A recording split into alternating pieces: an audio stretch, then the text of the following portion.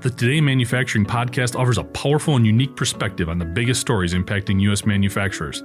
Anna Wells, David Manti, and Jeff Ranke apply their experience as editors of industry-leading brands Manufacturing.net and Industrial Equipment News in providing in-depth analysis of the latest headlines. Their insight, along with a mix of humor and human interest, makes Today in Manufacturing a go-to source. Keep pace with supply chain challenges, electric vehicle developments, labor struggles, robotics, and more by listening, downloading, and subscribing to the Today in Manufacturing podcast. Last week, Tesla appeared to bow to pressure from a trend that's been rippling through the auto industry.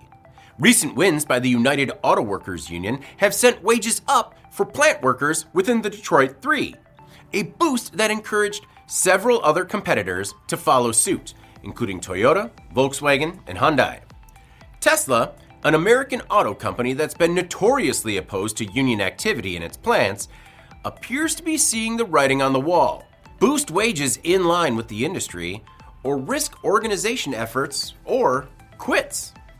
Reports say that internal communication at Tesla Fremont has indicated that plant workers there and at other gigafactories would soon receive a, quote, market adjustment pay increase, impacting roles like production associates, material handlers, and quality inspectors. UAW President Shawn Fain seemingly took credit for the wage increase, saying last week that the hikes followed in the footsteps of nearly every other automaker, quote, in the wake of our historic victory. Bloomberg recently illustrated the pay gap between union and non-union automakers in the U.S., noting that Tesla, even prior to these wage increases, held a labor cost advantage over its competitors of up to $1.7 billion, which works out to about $2,700 per vehicle. Bloomberg also suggested back in October that Fain, notorious for his confrontational nature, likely viewed Elon Musk as a caricature for the wealthy elite. Unionizing Tesla would be like a crown jewel in the UAW efforts, and a way of expanding its influence outside of Detroit, meaning Fain and company would all the more likely take a crack at the EV maker.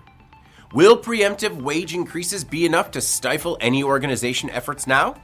Time to watch and wait. But if we know Shawn Fain, he'll certainly, at least, give it a try. I'm David Manti. This is Manufacturing Now.